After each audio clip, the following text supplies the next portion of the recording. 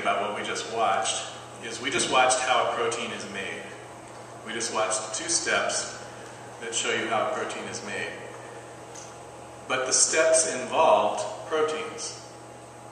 In order to unwind the DNA, in order to make a copy of the DNA and make that messenger RNA molecule that went out of the nucleus, you needed to have proteins.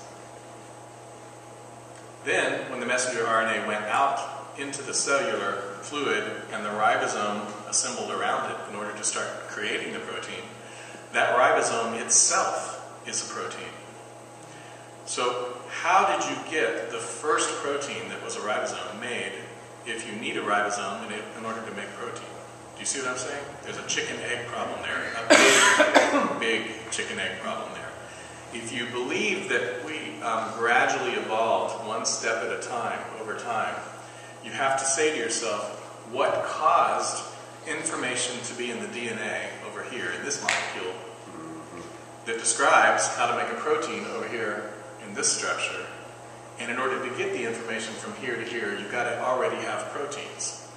The only place that proteins come from is from this situation that I'm describing here, where you've got information encoded in DNA, and you already have existing ribosomes. And this is a big puzzle that scientists are currently trying to figure out. They know it's a problem just as much as you guys can probably plainly see that it's a problem. If you're committed to the naturalistic worldview, you've got to answer that question. How did this chicken-egg problem, how did it come into being? Which came first, the ribosome or the DNA? Which came first, the protein or the ribosome? You've got a problem there.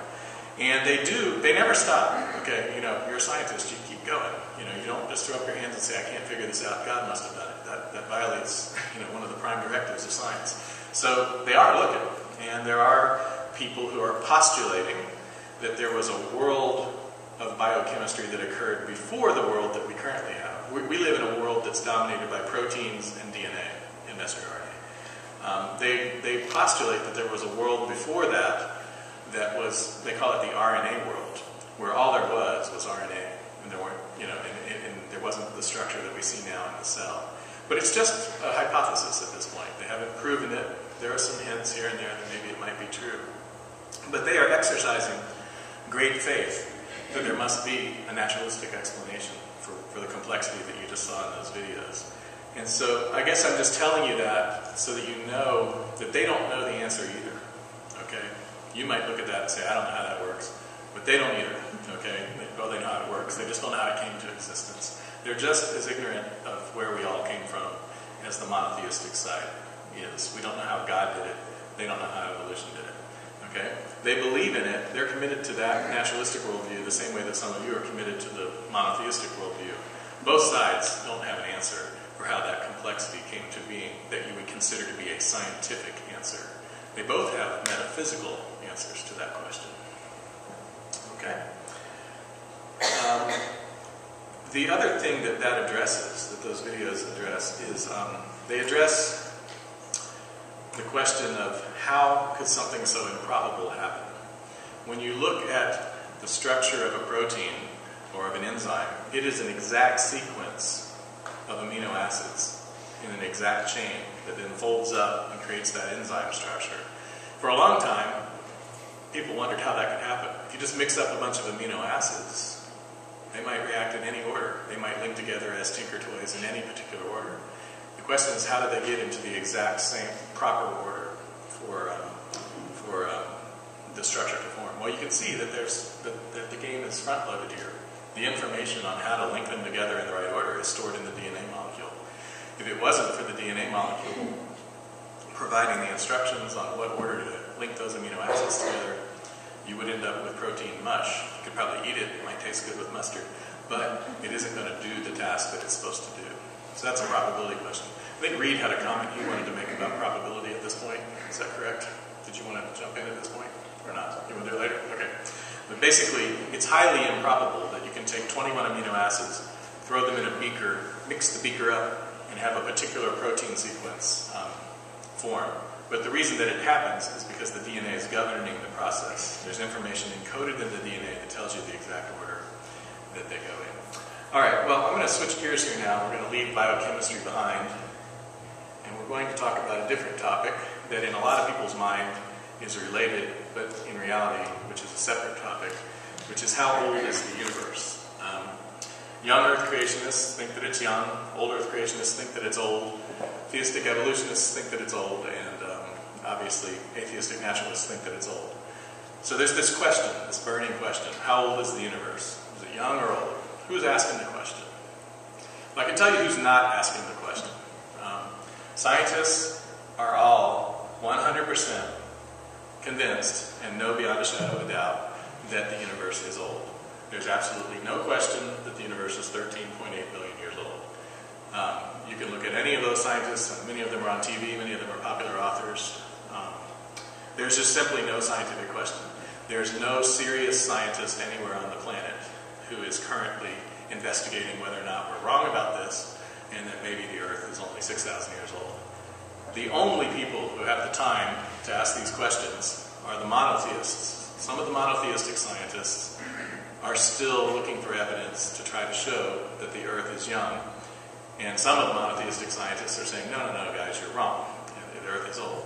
So this is not a discussion that we're about to have that you would ever hear discussed at Cornell University or Harvard or somewhere like that. This is the discussion we're about to have for the next hour is more something you would only hear about within the church. It's only the monotheists that are hung up on this, because it's only the monotheists who read the Bible and see in the Bible something that says that maybe the Earth is only 6,000 to 10,000 years old. Okay? So the two groups involved here. Yes, sir? Are you saying that there are no serious scientists who believe that in a young creation? Is that what you're saying? What I'm saying is that only monotheists are debating this question. There are certainly monotheistic scientists who are looking at this question. There are no naturalistic scientists out there. What I'm trying to say is that this is a small-time argument. Here's the world of science. There's a group of monotheists right here that are thinking about maybe the Earth is young. The rest of science is not at all concerned, not actively investigating this question. To them, it's an established fact that the universe is old and the Earth is old. But within this narrow group of monotheists that many of us belong to, there is definitely a discussion going on about whether or not the Earth is old or young. Okay? So you might recognize the names of some of these people that are up here on the screen right now. The Young Earth Gang, which are often called the Yeks. I can't imagine being called a Yek, but that's their nickname. The Yeks are people like Ken Ham, Jay Wiley, Dwayne Gish, the Institute for Creation Research, Answers in Genesis. Jay Wiley is very popular in homeschooling circles. He has a curriculum called Apologia. Those are the people that you'll hear talking about the Earth being young and doing, writing papers and doing experiments to try to demonstrate that the Earth is young. And then over here on this side is another group of committed Christians who think that the Earth is old. And the most notable of them, I would say, is probably Hugh Ross from Reasons to Believe. There's another guy named Greg Nyman from Old Earth Ministries.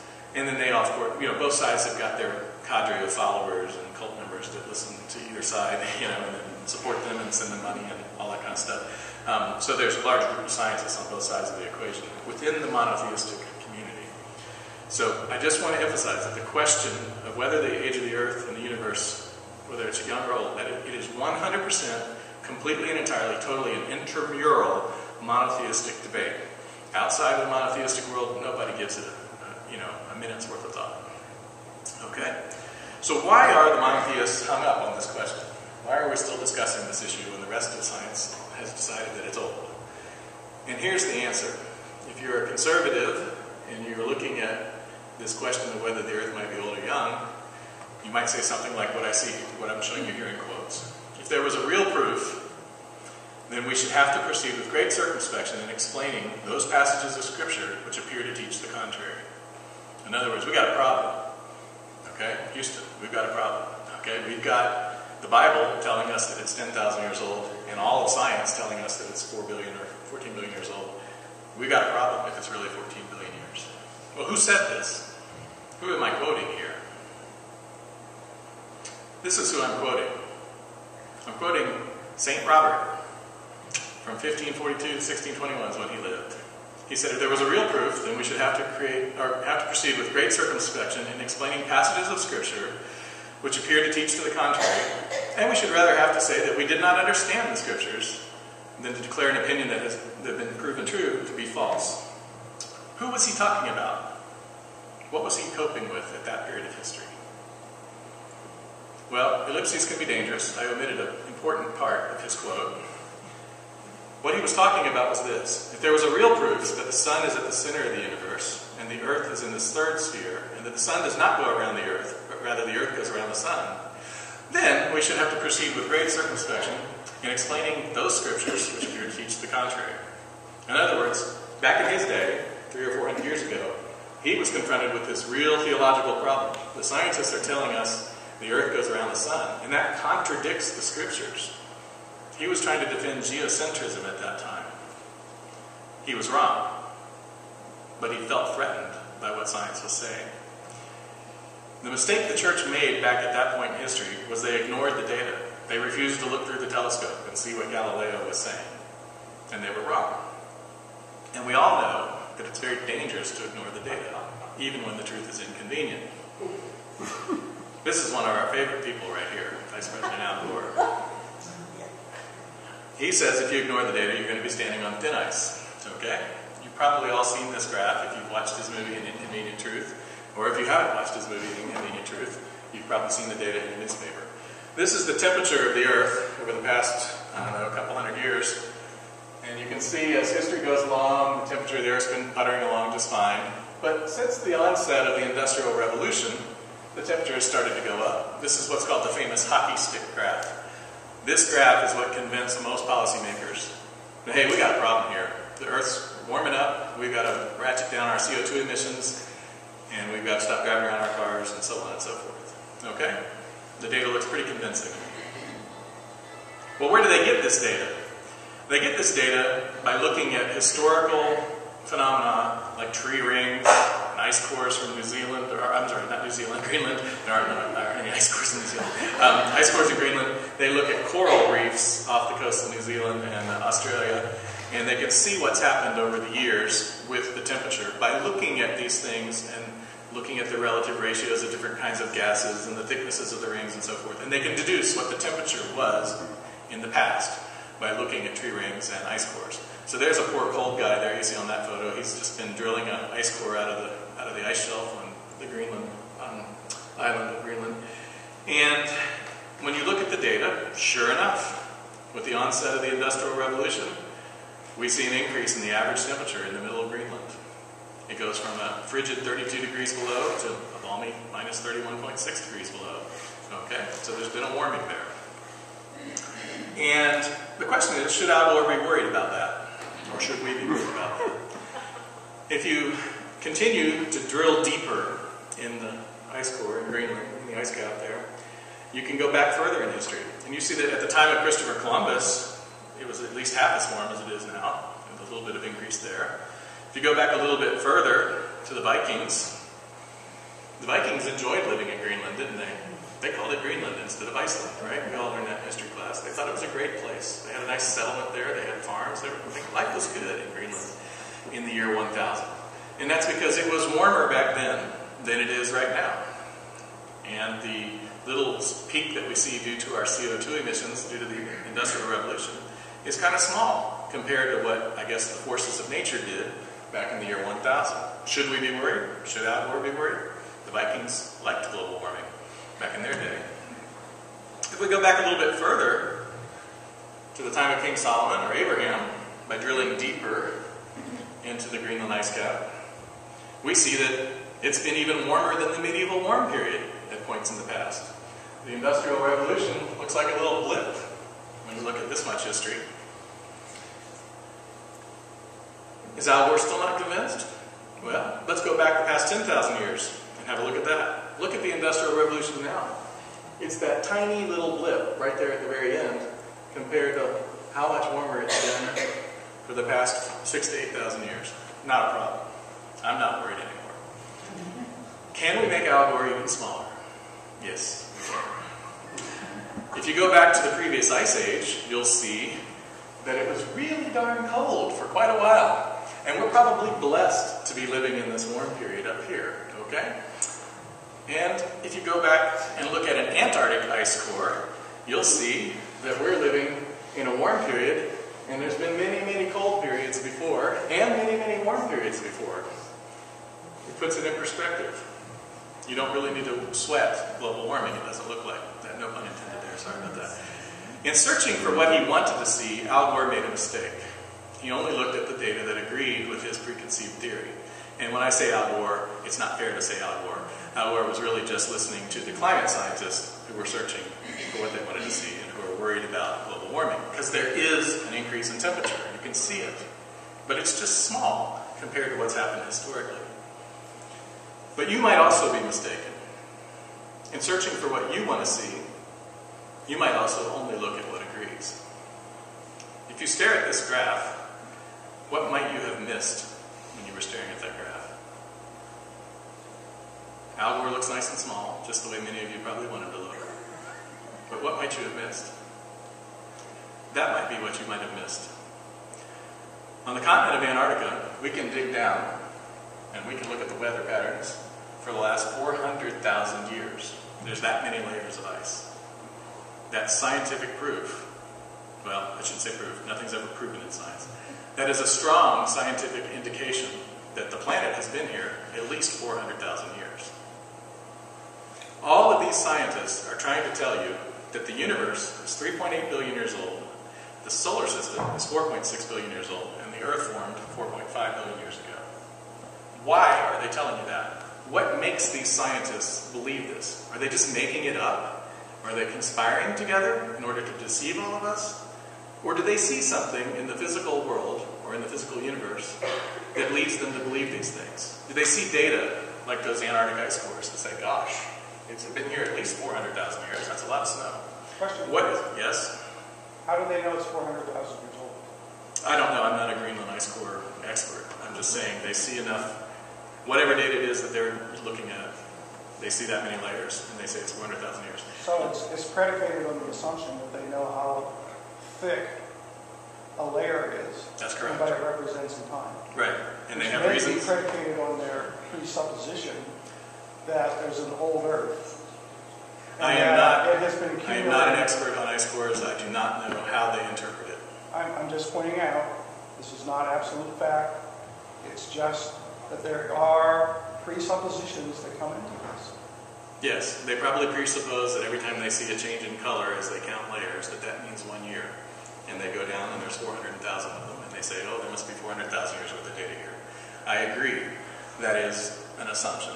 It's a scientific assumption. Right. But I'm not qualified to judge the validity of that assumption because I'm a chemist and not an ice core counter. So I don't know. What I'm trying to do in this talk is explain why scientists think things are old. What are the things they see in the universe that make them think it's old? There may be alternate explanations. They may be wrong. And if you can demonstrate that to them in a repeatable fashion, you'll convince them. Now, the ice cores are not the thing that make scientists think that the Earth is billions and billions of years old, because of course the ice cores only go back 400,000 years. That's a mere fraction of billions and billions of years. What I want to talk to you is about great age, billions of years. There are three things which are probably the top three things that make scientists think the Earth and the universe are billions and billions of years old. And those top three things are, first of all, evidence indicating that there was a Big Bang quite a long time ago.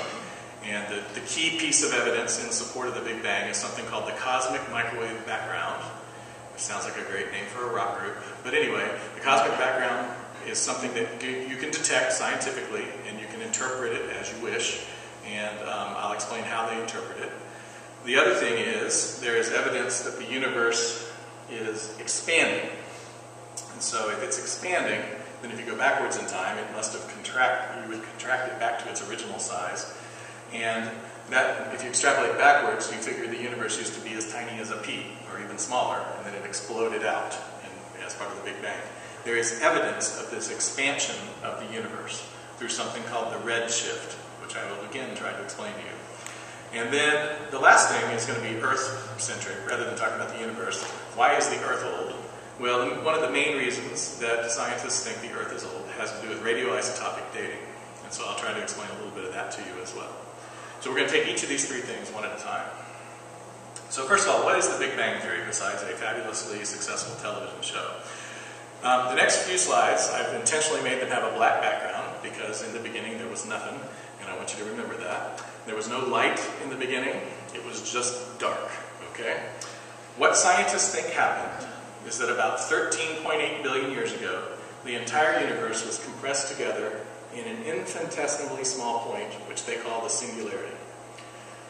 Scientists do not know why there was a singularity, or how it got there, or what might have happened before it. Okay, they don't make any attempt to explain that. Well, they're starting to try to make an attempt to explain that. But when the Big Bang Theory first came out, it was just like, okay, the whole universe was crammed into this tiny, tiny, tiny little point. And then it exploded. And when it exploded, the universe formed.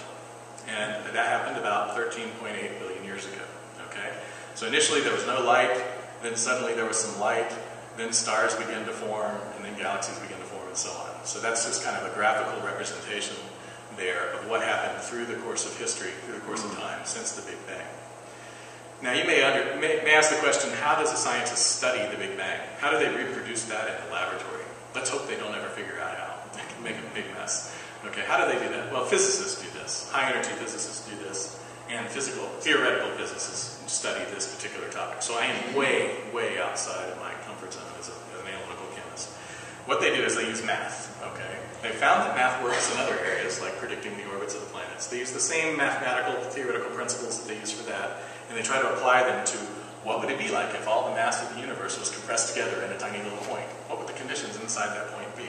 That's the kind of thing that they do to study this stuff. The first trillionth of a second from the beginning of where the Big Bang happened, the first trillionth of a second is beyond the reach of scientific experimentation.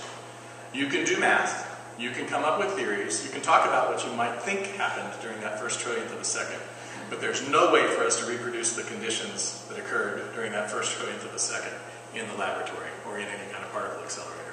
All you can do is hypothesize or conjecture or speculate as to what might have happened in that first trillionth of a second. Nevertheless, that doesn't stop them, okay? So the physicists have come up with a description of what happened during that first trillionth of a second. In the first 10 to the minus 43rd second, which is that really long number with a green 1 at the end, with all the zeros ahead of it, there's an epoch called the Planck epoch. During that epoch, which I don't know why they used the word epoch because it wasn't very long, but during that epoch, everything in the universe was compressed together so tightly that all four fundamental forces, that would be the electric force, electromagnetic force, the gravitational force, and the strong and weak nuclear forces, all four of those forces were unified, and all the matter and energy and everything was all unified. It was all just one big, nice, happy, unified family. And then, as the universe expanded and cooled, different things happened to those forces. There's an epoch called the Grand Unification epoch that lasted a whole 10 to the minus 36 seconds. During that time, gravitational force separated from the other three, from the electromagnetic and strong and weak nuclear forces. And the average temperature was a balmy, whatever that is, 1 quadrillion Kelvin during that period of time. Then, after that, there's postulated an epoch, it's called the inflationary epoch, where the universe suddenly underwent an incredible expansion. It expanded by a factor of 10 to the 78th, which basically means it went from being a pea to the size that it is now. So an incredible amount of expansion occurred. And during that time, the strong nuclear force separated from the two remaining unifying forces. And then after that was an epoch called the electroweak epoch, which we are just barely able to probe experimentally now. In the electroweak epoch, they postulate that the whole universe was a quark-gluon plasma, and particles such as the Higgs boson existed during this period of time. Everything I just said happened in the first trillionth of a second of the universe.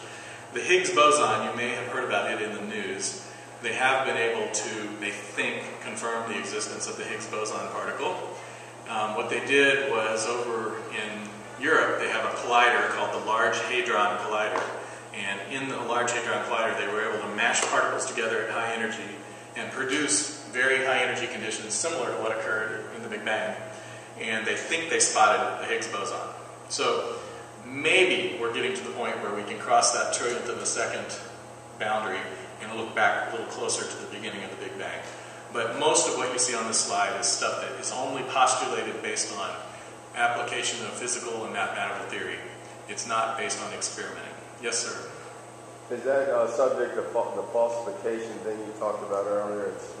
You're not able to come up with an experiment that falsified. That's why it's Yeah, I would say that most of what they have to say about what happened in the first trillionth of a second is probably not falsifiable in the sense that you can't construct a real experiment to check it.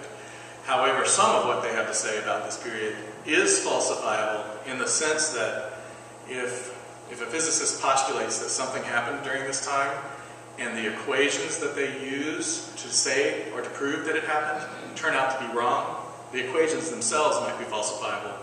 You know, you might say, well, you applied Newton's, or not, well, Newton wouldn't have anything to do with this, but you might say you applied this aspect of relativity theory incorrectly. And so you might possibly be able to falsify some of the postulates. Believe me, they argue a lot. The physicists argue a lot about what happened during the first trillionth of a second. There's no agreement, okay? But this is just sort of the generically accepted model of the first trillionth of a second of the universe. Well, after that, things started to settle down, and we're now reaching energies that are low enough that we can, in fact, reproduce the conditions after the first trillionth of a second of the Big Bang. We can reproduce these conditions at Fermilab and in the Stanford Linear Accelerator and at the Large Hadron Collider. And we can actually experimentally confirm some of our postulates about what happened. So after the first trillionth of a second, things started to settle down. Matter and antimatter separated from each other.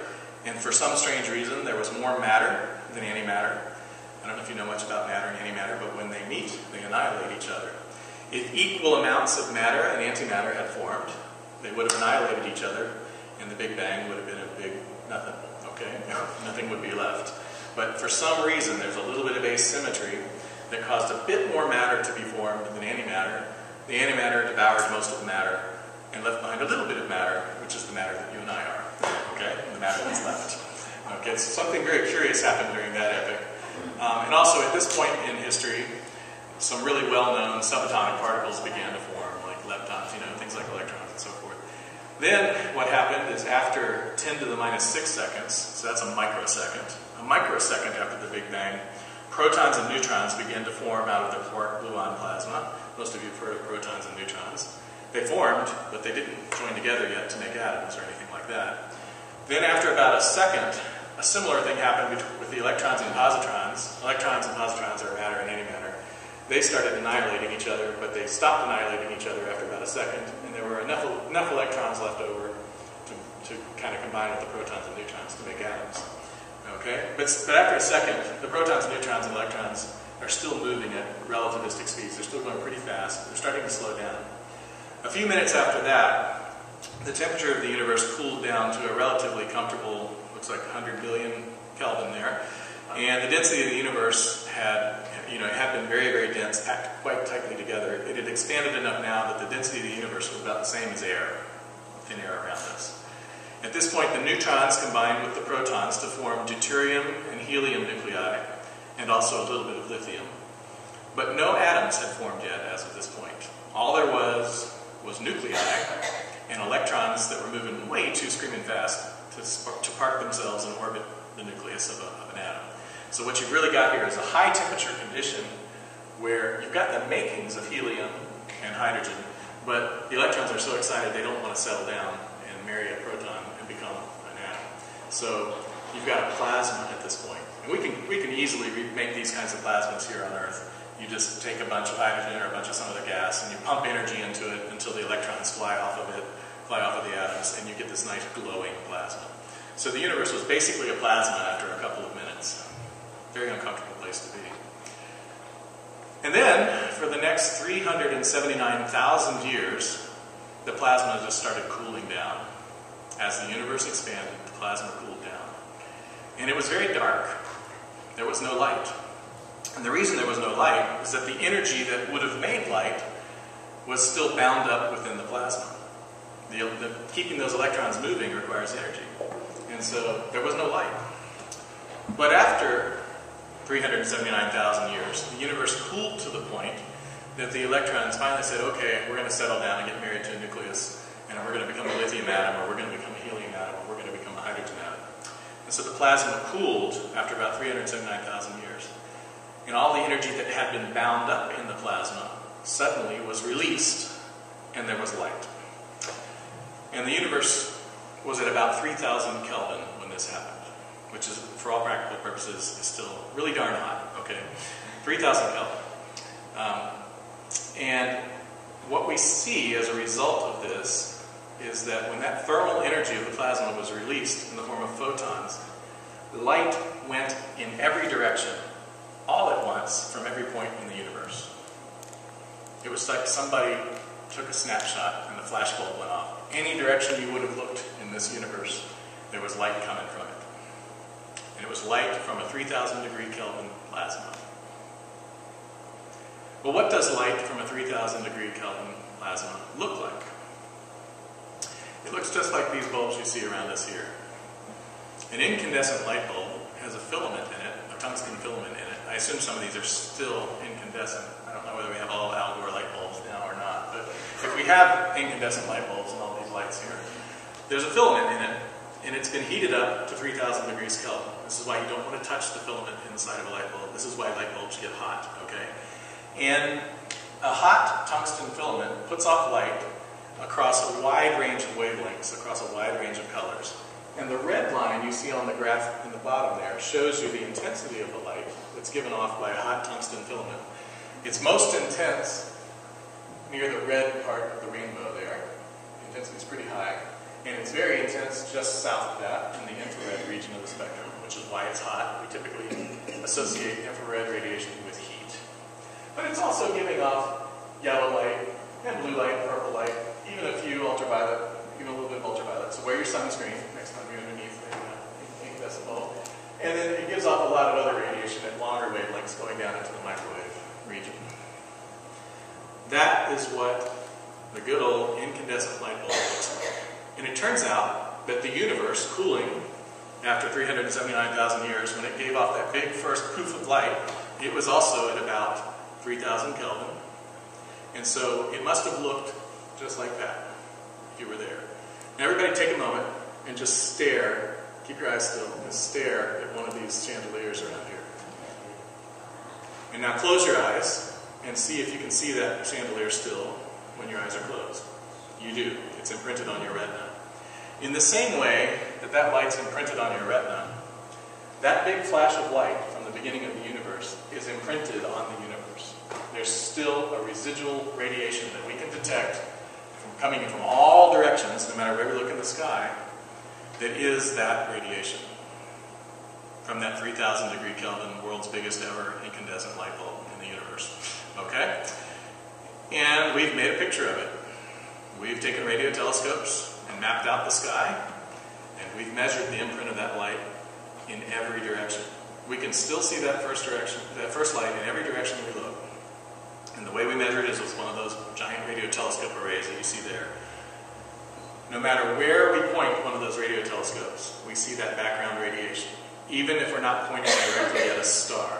You would expect to see something if you pointed it at a star. Obviously the star is putting off electromagnetic radiation and light. But if you point it between the stars, you still see this. It looks kind of blotchy, but it's everywhere. This radiation was discovered by accident several times in the early part of the 1900s by people who were trying to tune their radio antennas, and they kept getting this background. And where's this coming from? Nobody's transmitting at this frequency, that kind of thing. And they got discovered by accident several times. Eventually, two research groups nailed down what it was, and those group leaders were Wilson and Penzias, I think is how you say that. They were both in New Jersey at different schools. One of those researchers was at Princeton. Another one was across town, working independently, didn't even know this group was working on it. And they both accidentally, at about the same time, discovered it. So they both got the Nobel Prize for describing this radiation. So here's the question. If they can see it, no matter where they look, why is it that when you look up in the sky, you don't see it?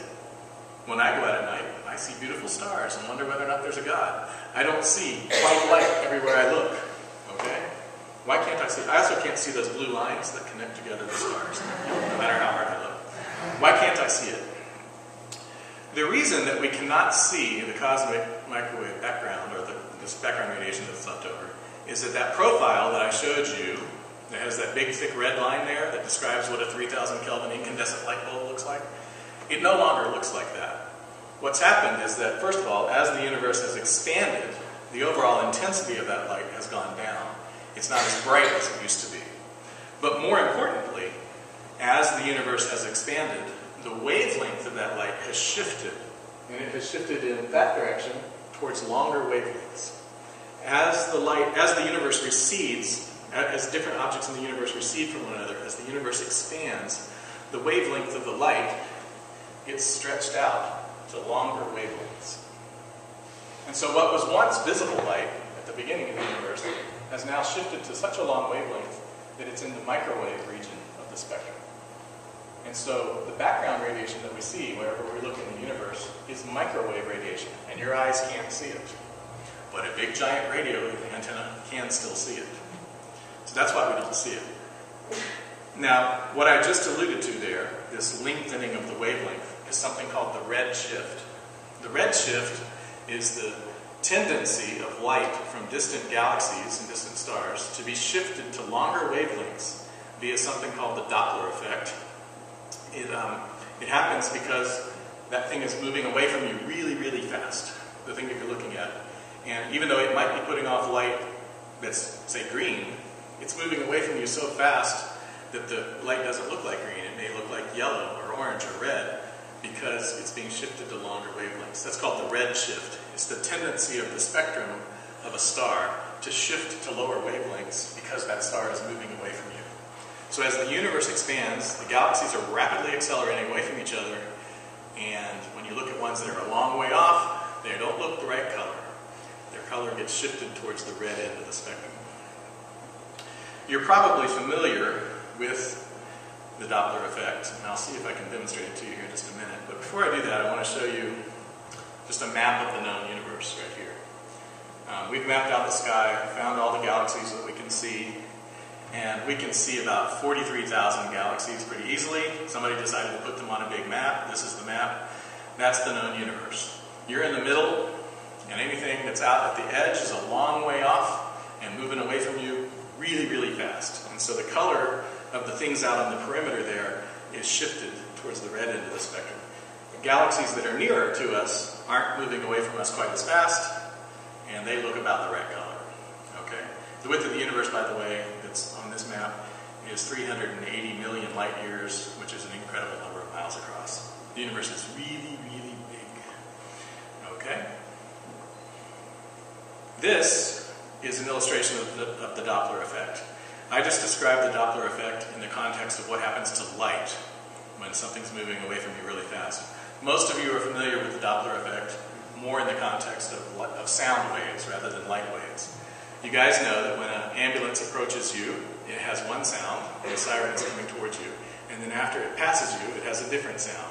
And that's because when it's coming towards you, the sound waves are stacking up on top of each other, getting pushed towards you, and the wavelength of the sound is short. But then when the ambulance is moving away from you, the intensity of the waves is being stretched out as it moves away from you, and you've got a longer wavelength and a different sound. And I think there's a YouTube video we can watch that illustrates that point for those of you who haven't been paying attention.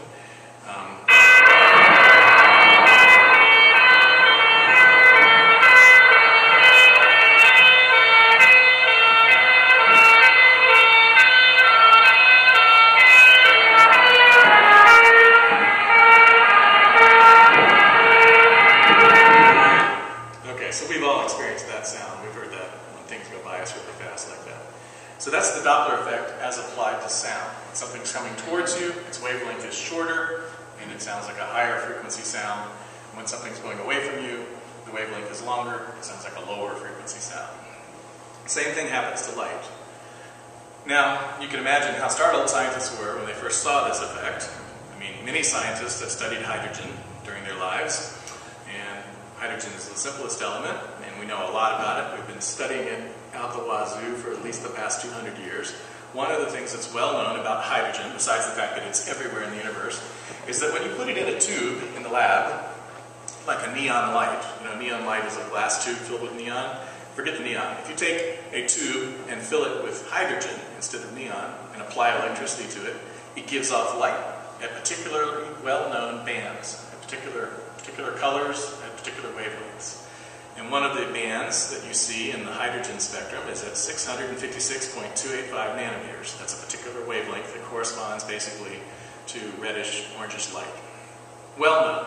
You could go do this in any high school lab, you could do this at any college lab in the Triangle area, and that's what you'd see.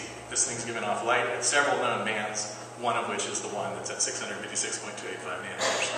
That's how hydrogen behaves here on the Earth.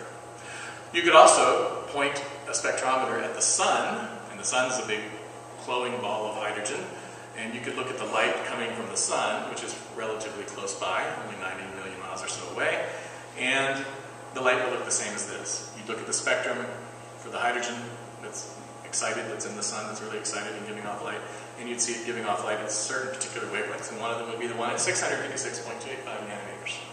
The sun is relatively close. But if you were to look at a distant star that's moving away from us, say one that's moving away from us at 14 kilometers per second, instead of seeing it at 656.285, you would see the wavelength at 656.315 nanometers, shifted just ever so slightly to a longer wavelength. That star would look just ever so slightly redder. Even if it was exactly identical to our sun in every way, if it was moving away from us at 14 kilometers a second, we'd see that band shift just a little bit. Yes, sir? I can't help it. It's interesting to consider the velocity of light that we're observing from these moving things is the same. We're seeing light reach us at the same speed, it's just its wavelength is going to stretch. Unlike the Doppler effect of sound, the velocity of sound actually changes. I don't know if that's really Thank you, Mr. Albert Einstein. Yes, that was the observation he made that was the foundation of relativity. So we don't have time to get into E equals mc squared right now. But yes, it is true that the light coming to us from that distant star is moving at the same speed, regardless of the fact that it's moving away, that the star itself is moving away. The point is the wavelength gets shifted. Now, if you've got something moving away from you really, really fast, like if we've got a galaxy way off in the distance that's moving away from us at relativistic speeds, the shift is quite dramatic. The band that we would normally see between 600 and 700 down here in the lab is shifted way, way, way to longer wavelengths. It's actually shifted down into the infrared. It's not even something that's visible anymore. And so just like the cosmic radiation, the background radiation was shifted from the visible all the way to the microwave, and we can't see it anymore. Similarly, when scientists look at the hydrogen spectrum coming from a very distant galaxy, or stars in a very distant galaxy, they see these bands shifted way far away. This is what's called the red shift. And the red shift is one of the principal proofs that the universe is expanding. Just a couple of weeks ago, scientists found the furthest away galaxy that they've ever seen. I don't know, if I found a galaxy, I'm not sure I'd name it this. I'd probably name it Fred or something. They decided to call this new galaxy Z8_GMD_5296. Go figure, they're astronomers. Okay? This discovery was just announced a few weeks ago. This particular galaxy is so far away, and its light is shifted very, very far into the red, so that's how they know that it's very, very far away. It's so far away that the light we're seeing from that particular galaxy started traveling toward the Earth 13.1 billion years ago, and only 770 million years after the Big Bang. So it's the youngest galaxy we've ever seen. Okay? This concept of the red shift and the fact that distant galaxies are receding away really, really fast, and we see it in the redshift. This is one of the reasons that scientists think the universe is very old. They see this in every direction when they look at stars that are a long way off. They see the red shift, and they say, oh, the universe must be old. And that's why they're not debating whether or not the universe is old. They see this data everywhere they look, and they're happy, and they say, this is a great interpretation of what we see. The universe is really old. Space-time is continually expanding after the Big Bang. So that is the part of my talk about the age of the universe. What I want to do now is switch gears more towards the Earth. Why do people think... Nobody says the Earth is as old as the universe. You know, the universe came first, then the solar system, then the Earth. The Earth is 4 point... Yes, sir? I gotta take exception with you right now. Okay, can we wait until the question and answer period, please? And then we'll take care of it. But no scientist that's not a monotheistic person questions whether or not the universe is 3.8 billion years old, the solar system is 4.6, and the Earth is 4.2. Okay, we're just going to go with my talk. The subject of my talk is why scientists think what they think, not the debate yet. We can get to that in the question and answer period. Okay, so when scientists look at the Earth, when they look at the Earth, they see rocks, and they say, these rocks are really old. Why do they think these rocks are really old? What makes them think that? If you go to the Grand Canyon, if you've had the fortune of going there, you'll see that, first of all, it's very deep and very big, Okay? The top layers of the Grand Canyon are all of this sedimentary rock that's been washed in by floods, washed away by floods, and deposited by geological activity, and then carved by the Colorado River, and you end up with this giant canyon. But if you go deep, deep, deep down into the bottom of the canyon, and from some of the overlooks you can actually see what's called the inner canyon. The inner canyon is the original rock of the earth, okay, the original part of the earth that formed. It hasn't been subjected to sedimentary processes or anything like that. It's just this big old hunk of granite. They call it the Vishnu Schist. And if you happen to be lucky enough to be riding a raft down the Colorado River, you can see the walls of this ancient granite, or this ancient Vishnu Schist, and then you see these pink striations through the rock. And those pink striations are a form of granite, pink granite. They're quite beautiful to see, apparently. Inside that, if you take a sample of that pink rock and slice it thin and look at it under a microscope, you'll see zircon crystals located within that granite. And that's what they look like under a microscope. And these zircon crystals are radioactive. The one on the left is kind of pretty. The one on the right is radioactive, and the radiation being released from it has damaged the rock around it. And you get this halo around the zircon. And it looks like a smudge under the microscope. Okay, so these things are radioactive. They're not deadly radioactive. Obviously, people go down the river on the raft all the time and don't come home with radiation poisoning. But inside the granite, there's small amounts of these zircon crystals, and they've got uranium inside them. That's why they're radioactive.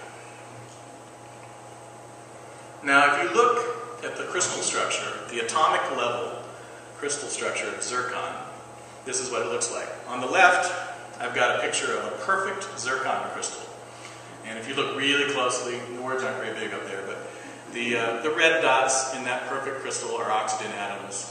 The white dots are zirconium atoms, and the blue dots are silicon atoms. And they're arranged in a particular proportion in a nice orderly crystal structure. When the molten granite cools and forms solid granite, zircon crystals also form within that granite. The elements zirconium, silicon, and oxygen that are in different forms, they all blend together and form this perfect zircon crystal as the molten rock cools. Now when that happens, we of course don't end up with a perfect crystal. There's not much in life that's perfect, neither is a zircon crystal. There are other elements in the general vicinity as that zircon crystal is forming. Some of the elements that happen to be nearby are uranium. There's some uranium atoms. Uranium atoms can get trapped within the zircon crystal as it's forming. So if you look at the picture on the right, that's a more realistic picture of what a zircon crystal is going to look like. The colors are all changed and so forth. I put a big red circle around a uranium atom that has been trapped within the zircon crystal. Because of the chemistry of the formation of zircon, uranium atoms can fit in there. They disturb the crystal structure a little bit, but they work their way in there, and when the crystal forms, they get locked in there. Lead, on the other hand, another atom that's around in massive quantities, lead is excluded by the chemistry from the crystal structure. So you end up with this perfect little, almost perfect little crystal. It's got a little bit of uranium trapped in it, no lead in it whatsoever. The kind of uranium that ends up trapped in the crystal is different. There's some that's uranium-235 and some that's uranium-238. These are called isotopes of uranium. They're both uranium atoms, but one of them has a few more neutrons than the other one, a little bit heavier than the other one. When you enrich uranium, when you're up to peaceful activities, developing a nuclear program, for example, and you enrich uranium, you're trying to get one of those two isotopes, purified for some innocent purpose. And so both kinds of uranium get trapped inside this zircon crystal. And both kinds of uranium are radioactive. And both of them emit radioactivity. One of the uraniums, the uranium-238 that you see on the left side there, decays via a very complex sequence of radioactive decay paths and ultimately ends up as lead-206, which is one of the isotopes of lead. It is a very long, slow process for that uranium to go from being uranium-238 to being lead-206. The process is so long that it has something called a half-life, which I'll describe in a minute, of 4.47 billion years. So basically, even if you made a rock 4.47 billion years ago and put some uranium in it, some of it would still be around today. It's a very slow process. There is another kind of uranium that's trapped in the zircon crystal. It's uranium-235, and it has a faster half-life. It decays a little bit quicker. It decays to a different kind of lead. It ultimately makes its way to lead-207, and it has a half-life of 704 million years. So you've got these two things in there that have been trapped in that crystal since the day it was born, and they eventually decay to lead. One of them decays at one rate, one of them decays to lead at another rate. In principle, if you could count the number of uranium atoms in a crystal and the number of lead atoms in a crystal, you could figure out how old that crystal is.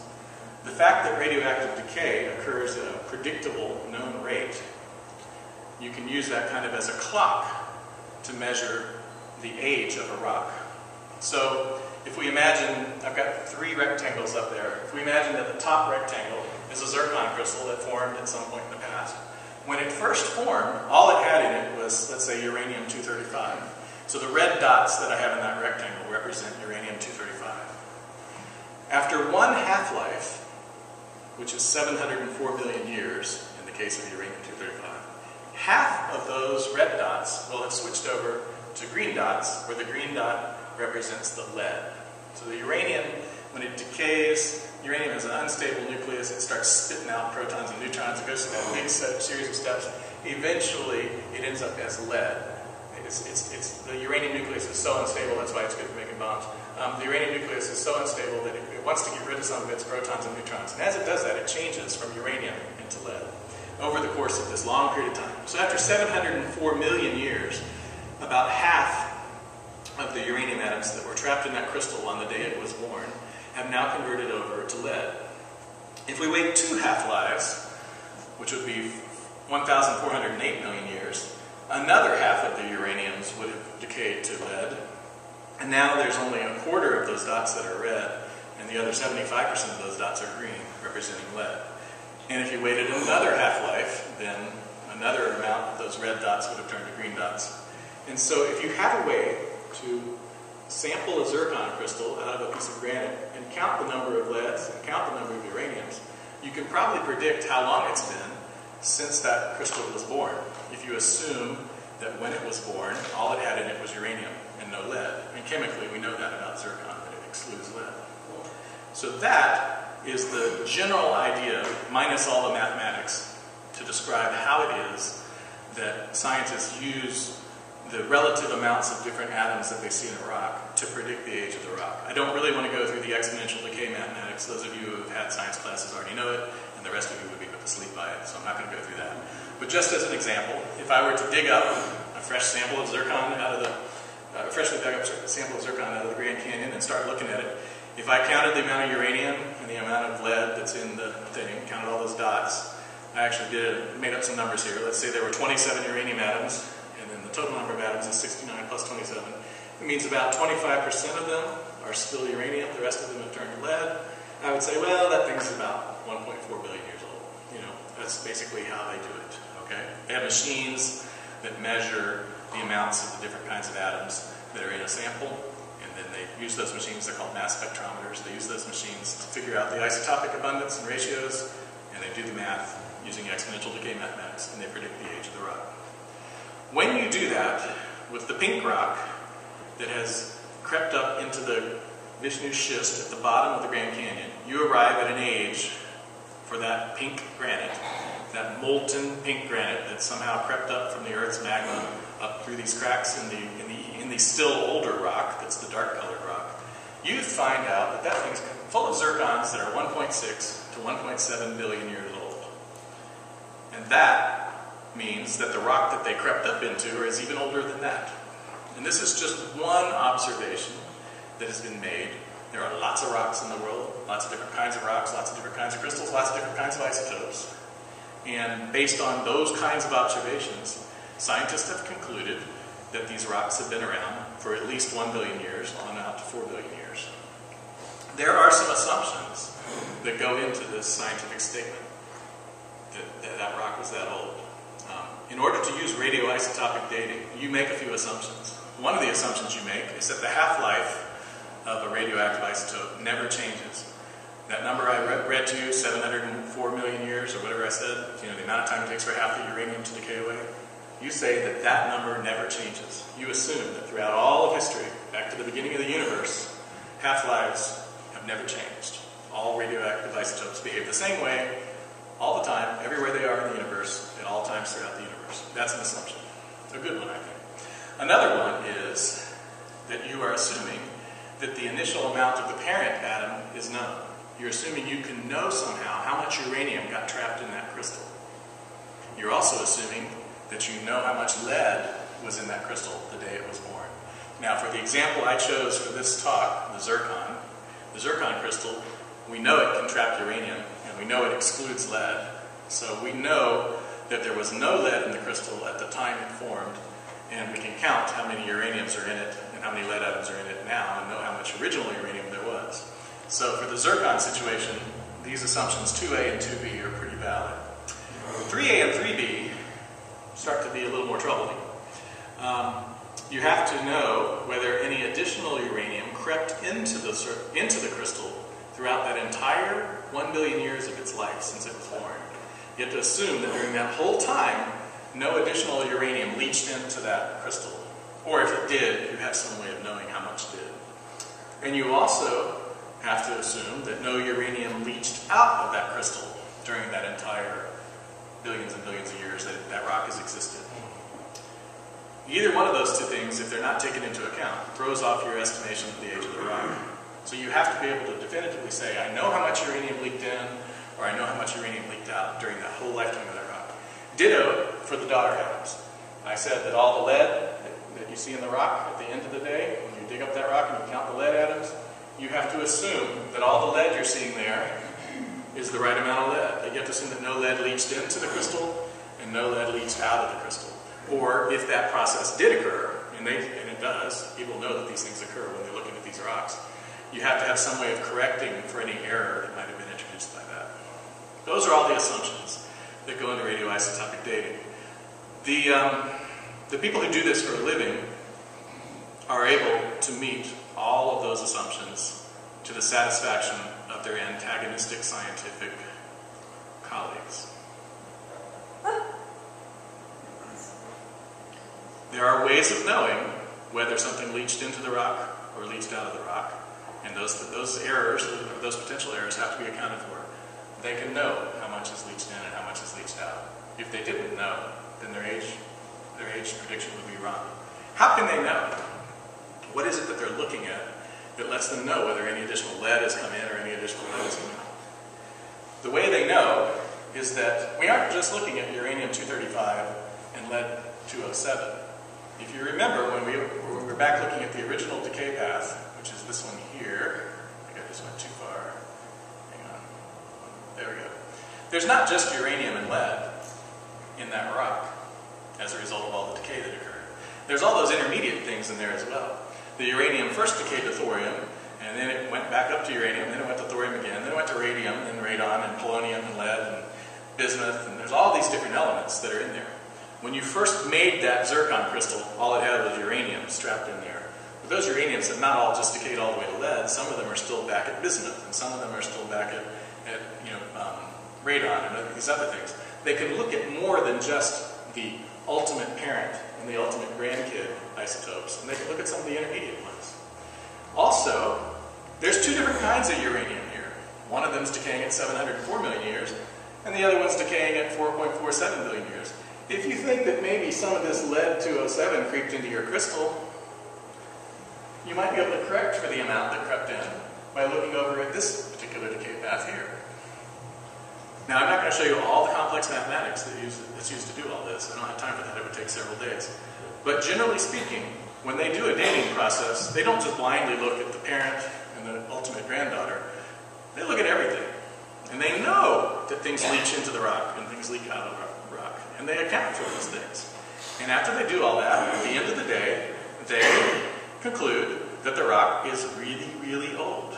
And their fellow scientists who would absolutely love to prove them wrong, because scientists are obnoxious people, would go after them if there was an incorrect assumption. And so, from that, we conclude that the Earth is very, very old, as scientists. Now, somebody mentioned carbon-14 dating earlier, in the earlier talk. Carbon-14 dating is another flavor of radioisotopic dating. The method I just described to you is the uranium-lead method, but there's all sorts of isotopes on the periodic chart. There's all sorts of pairings that can be used to date things.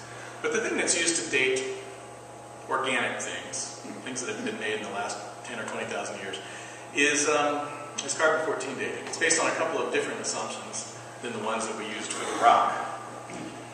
But I want to point out to you that radioisotopic dating has been used to verify biblical truth. A common criticism of the Bible, as you know, is that it has somehow been altered by nefarious church leaders over the years to make it say what they want it to say so that they can get rich. You hear that kind of criticism all the time. The Bible is not real. How do you know what it says is true? How do you know it hasn't changed over the last 2 millennia? How do you know that's really what Jesus did? You get that stuff all the time from people who don't believe the sacred scripts. Well, we all know about the Dead Sea Scrolls. The Dead Sea Scrolls are something that was dug up about 50 years ago, somewhere near Israel. And lo and behold, they're these ancient documents. And they have entire, discourses about how life was back then. And then every once in a while you dig up one of these documents, and it's a copy of the book of Isaiah. And it's exactly the same as the copy of the book of Isaiah I have in my Bible. And so you say to yourself, well, the Bible hasn't changed ever since that was written until now. Throughout this whole period of Catholic Church history, when everybody's accusing them of changing the Bible, nothing changed. It's the same Isaiah that they had back then. Well, how long ago was back then? You have two ways of knowing. One is you can analyze the handwriting, and you can say, oh, well, this is the kind of script they used during this year or this year. Or, this one's signed by Johnny the scribe and we know he lived then. Okay, there's that kind of analysis, historical analysis, that can tell you how old the text is. But you can also date these things using radioisotopic dating. And guess what? They've done carbon-14 radioisotopic dating on the Dead Sea Scrolls. And guess what? They really are from about 200 BC to the time of Christ. They really are old. This is proof you can use to prove that the Bible hasn't been changed in the past 2,000 years. Let's go back a little bit older. There's an archaeological find in Jerusalem known as Hezekiah's Tunnel. It's a tunnel underneath Jerusalem. It was built by King Hezekiah. You can read about it in the Bible in 2 Kings 20. It says, as for the other events of Hezekiah's reign, all of his achievements, including that cool and really cool tunnel that he dug, are they not written about in the annals of the kings of Judah? It's in the Bible. If you just were looking at the Bible would probably lead you to believe that King Hezekiah built that somewhere during his lifetime between 727 BC and 698 BC. People criticized that statement in the Bible for years. They said, no way. There's no way that people who lived 700 years before the time of Christ knew how to dig a tunnel that long, that complicated, starting at both ends and somehow meeting in the middle. We expect that today. The French can start here and the British can start here and they can dig underneath the tunnel and they've got GPS and stuff and they can make it meet and they can make a subway underneath the English Channel. We have the technology. We're awesome. But back then, 700 BC, how did they do that? How did they start at both ends and somehow meet in the middle? Well, you can tell they took a few wrong turns looking at that map there, but they eventually met. Okay? But it was impossible. It was a criticism of the Bible to say that somehow King Hezekiah was able to get this tunnel built. Well, guess what? Some archaeologists have gone down there in that tunnel, and the tunnel is walled with plaster. And the guys who were putting up the plaster trapped things inside the plaster as they were plastering the walls of the tunnel. There were organic items that were trapped in the plaster. They found a dead plant, they found a piece of wood, they dated them using radiocarbon dating, and they were all between 822 and 540 BC. More specifically, the piece of wood was old. It was the thing that was around 822 BC, so that makes sense. For there to be a piece of wood, there had to first be a tree that was even older than King Hezekiah that was chopped down and then got trapped in the plaster. And then the thing that was younger, more on the 540 BC end, was a plant. So that was something that was alive at the time they did it, and it was in a range somewhere between 700 and 500 BC. These methods are not exactly accurate. They don't tell you this crystal formed on Tuesday of this day. They don't do that. They give you a range. Furthermore, there was a stalagmite that was hanging from the roof of the tunnel, and they dated that, not using carbon-14 dating, but they used the uranium-thorium method, which is a variation on the one I just showed you for the zircon crystal. And using that method, they were able to date the stalactite to 335 BC. So anybody who wanted to say that Hezekiah's tunnel was built at a later date than that was clearly wrong. So it was that provided an upper limit on the youngest that tunnel could be. Because there's stalagmite. We all know the stalagmite forms after we built the tunnel. So using that method, and a bunch of other methods too, they were able to nail down the date of King Hezekiah's tunnel and verify a biblical text. So if you want to criticize radioisotopic dating, you can't really have your cake and eat it too. You can't use it on the one hand to prove the Bible and use it on the other hand to prove that the Earth's not old. Okay? It either works or it doesn't work. The assumptions that go into it are either wrong or they're right. Which is it? So radioisotopic dating is one of the reasons that scientists think that the Earth is very, very old. When they look at old rock formations and date them, they arrive at an old date. We all know the Bible says that in the beginning God created the heavens and the earth, and that the earth was formless and empty, and eventually he created some stuff. How long did it take to create the heavens? And after that, how long did it take to create the earth? How long was the earth formless and void? It could be that the rock that we live on was here for a really long time. And zircons were forming. And geological processes were occurring. And then at some point, God miraculously intervened and put life on this planet. And that's what an old earth creationist would tell you happened.